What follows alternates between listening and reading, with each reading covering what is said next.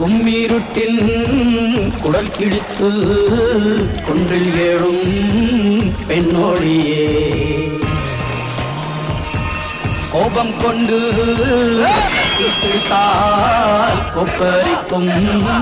காளியம்மா உன் கண் சிவந்து பார்த்தால் போதும் துரோகியும் கத்தி உழுந்து போகும் அம்மா ஓவியத்தில் உன்னை பார்த்தால் அதே உன் உள்ளத்தை காட்டும் அம்மா அனைவரையும் ஆதரிக்கும்